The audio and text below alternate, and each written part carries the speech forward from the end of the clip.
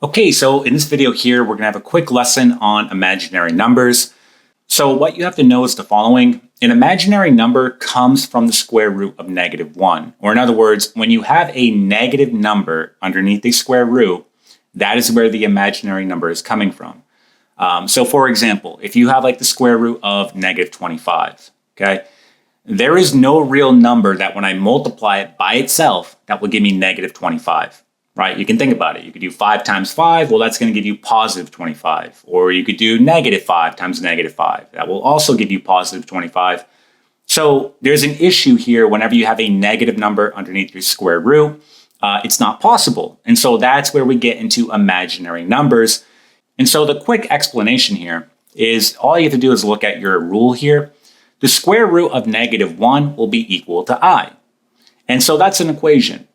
And I can go ahead and manipulate that equation. If I square both sides, I can say that I squared is equal to -1. Because if I square both sides, right, meaning if I square this side here and this side here, the square root will cancel out here and I get I squared is equal to -1.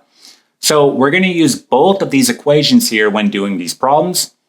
And again, it's pretty straightforward. If you have a negative number underneath your square root, you're simply going to be pulling out an I, okay? Now, real quick, looking to the right, you have something called the complex plane. We're not going to get into this topic here in this video, but it is good to know.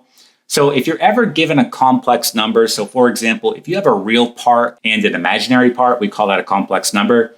So for example, you have 3 plus 3i here. That is a complex number. 3 being your real part and 3i being your imaginary part. And so you can think of it in terms of a complex plane. If you were to ever graph this number, your real numbers will be on your x-axis and your imaginary numbers will be on your y-axis. So for example, this is like a coordinate. You could say 3, 3i, where again, 3 will be x and 3i will be y. And so if you start at the origin, you're going to go over 3 and then up 3 and make that point. Again, this is talking about the complex plane. This is not overly important at this point in time, but what I do want to focus on is the square root of negative numbers and when you're dealing with I. So let's go ahead and take a look at our first example here. So here's our first example, and you have the square root of a -25. So how do we simplify this down? Now, I'll show you the long way of doing it, and then I'll show you the easy way, and you can use this way every single time after. But essentially what's going on here, we know that the square root of -1 is going to be I. So what I can do is I can break apart the square root here. I can say the square root of -1 times the square root of 25. That is the same exact thing. But I know that the square root of -1 is going to be I. Okay? So I can replace that square root of -1 with I. And then the square root of 25 will be 5. Okay, so I can just put 5 here. And so what will end up happening here, you'll have I5, but that's not typically how you write it. So you want to write that I at the end. So you're going to write it as 5 and then I, and then you're done. Okay. This one here, the square root of -49. So again, I can pull out an I here. So you don't have to do what we did right here. Okay. You can just pull out an I. So essentially you're doing I and then square root of 49. Making it positive. And we know that the square root of 49 is going to be 7, so I get 7i, okay? And there we go. And so again, they wanted the positive version of the square root here. Notice how they did not put plus or minus here or here. So they wanted the positive version, hence why we're putting positive 5i and then positive 7i. But if you are taking a square root of a negative number, you can essentially write it as plus or minus, okay?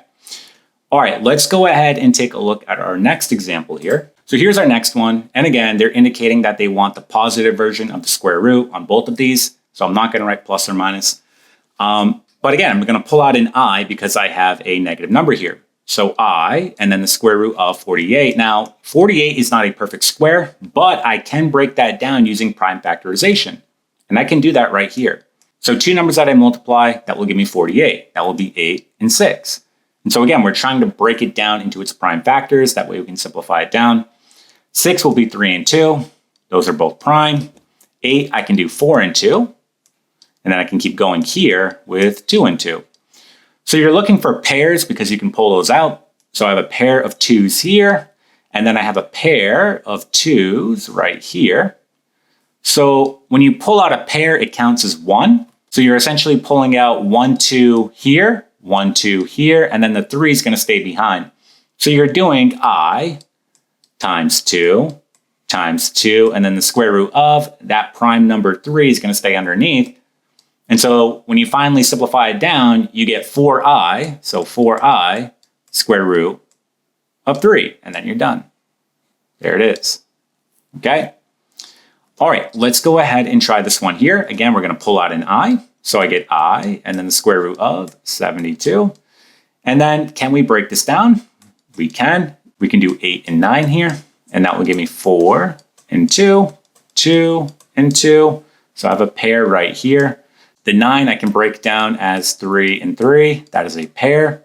So a 3 can come out and a 2 can come out, and this 2 will stay underneath.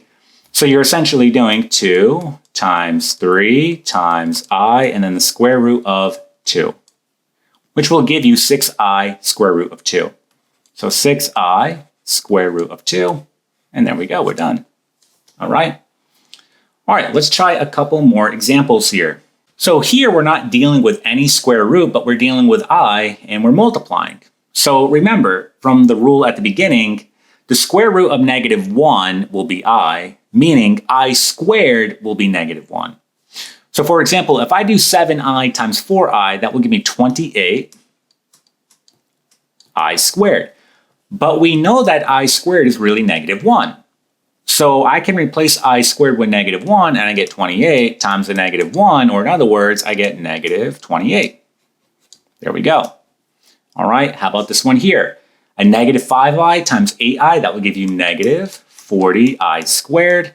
But again, we know that I squared is really -1. So if I replace that with a -1, it's -1 times -40, you get +40.